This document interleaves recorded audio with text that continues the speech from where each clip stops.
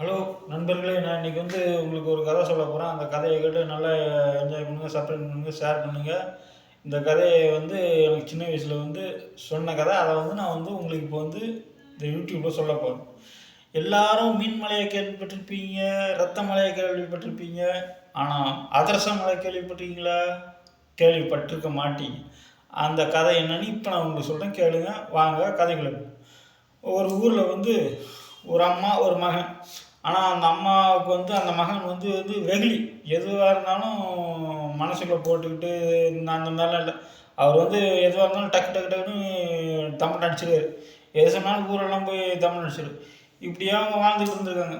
அப்போ அவங்க அம்மா, நம்ம வாழ்க்கை என்ன இப்படியே போய்ட்டுருக்கு. அப்போ அவங்களுக்கு ஒரு விவசாய நிலம் இருந்திருக்கு. அந்த விவசாய நிலத்தில் போடுறது, இந்த எதை விதைக்கிறது, அப்படியே போயிட்டே இருந்திருக்கு. இப்படியே அவங்க ஒரு நாள் என்ன பண்ணியிருக்காங்க, அவங்க அம்மாவும் பையனும் அந்த ஒரு தோட்டத்தை உழுதுருக்காங்க. உழுதும்போது அப்போ அந்த ஏற்காலப்போ போய் ஏதோ ஒரு பானையில் சிக்கிது. பானையில் சிக்கின உடனே ஆஹா, இது அப்போ சிக்கின உடனே இது அப்போ அப்போ அவங்க அம்மா தெரிஞ்சுக்கிச்சு, ஆஹா இது புதையல் கிடச்சிச்சடா, நம்ம மாற பக்கத்தில் இவன் எதுவாக இருந்தாலும் ஊரெல்லாம் போய் சொல்லிடுவானே அப்படின்ட்டு அவங்க அம்மா மெதுவாக அந்த பானையை எடுத்துட்டாங்க. எடுத்துகிட்டு, மகனே மகனே வாடா வீட்டுக்கு போகலாம் அப்படின்ட்டு. இல்லைம்மா, நான் இல்லை இன்னைக்கு ஒரு நாள் நீ வீட்டில் இருந்து தான் நாளைக்கு தான் நீ வெளியில் போகணும். ஏன்னா இன்றைக்கி அதிரச மழை பெய்யும். நீ அதை எடுத்து சாப்பிட்லாமா? இன்றைக்கி நீ இப்போ வரலன்னா அப்புறம் அதிரச மழை. சரி வாங்கம்மா போகலாம் அப்படின்ட்டு. அவங்களும் வீட்டுக்கு போயிட்டாங்க. மகனுக்கும் காலைலலாம் எல்லாம் சாப்பிட்டு முடிச்சுட்டு நைட்டில் தூங்கும்போது, மகனே மகனே இன்றைக்கி அதிரச மழை பெய்யுண்டா, நான் நீ கீழே இருந்து பிறகு சாப்பிடு, நீ பாரு அதிரசம்.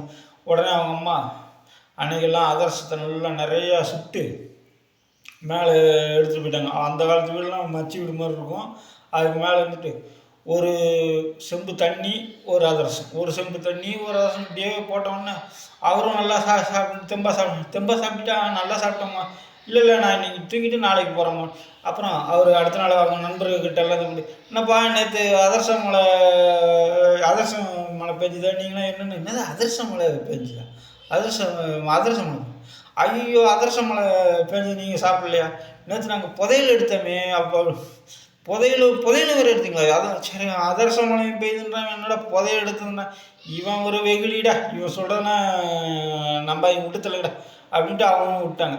அப்புறம் அவங்க அம்மா ஒரு 2-3 மாதம் கழித்து அந்த புதையலை வச்சு நல்லா செல்வ செழிப்பாயிட்டாங்க. இதுதான் இந்த கதையோட தலைப்பு.